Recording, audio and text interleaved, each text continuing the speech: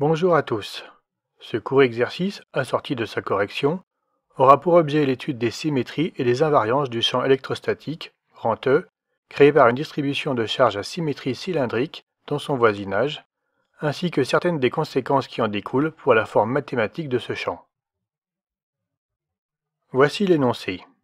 On considère, comme cela a été évoqué, une distribution de charge à symétrie cylindrique, d'axe OZ et de densité volumique de charge ρ constante.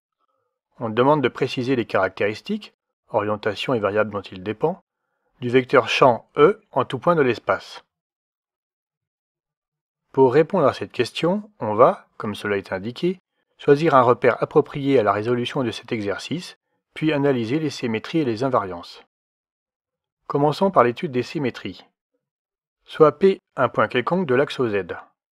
Tous les plans contenant l'axe OZ sont à l'évidence des plans de symétrie pour la répartition de charges. Il en va de même pour le plan passant par P et orthogonal à OZ. Il en résulte qu'ils sont également plans de symétrie pour le vecteur champ et que ce dernier doit nécessairement être inclus dans ceux-ci. Le vecteur champ électrostatique, E en P, appartient ainsi à l'intersection de tous ces plans et, par conséquent, il est nul en ce point. Ainsi, sans calcul, on trouve que E en P est égal au vecteur nul pour tous les points P de l'axe. On place désormais un point grand M hors de l'axe au voisinage de cette distribution. Point qui sera repéré par ses coordonnées cylindriques r, θ, z dans la base mobile UR, Uθ et UZ.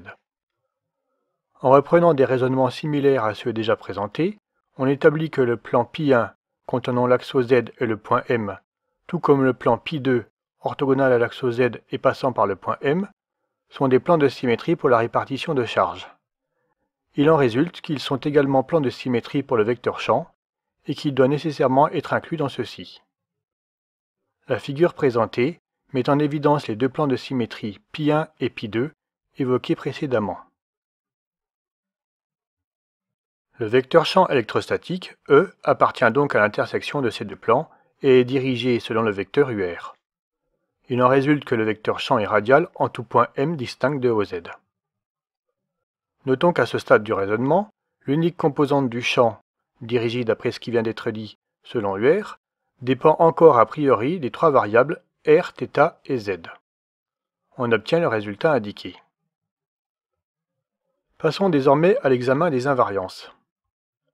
La répartition de charges, uniforme par hypothèse, mais cela serait encore valable pour toute répartition de charges non uniforme ne dépendant que de la coordonnée radiale petit r, est invariante par translation selon l'axe OZ.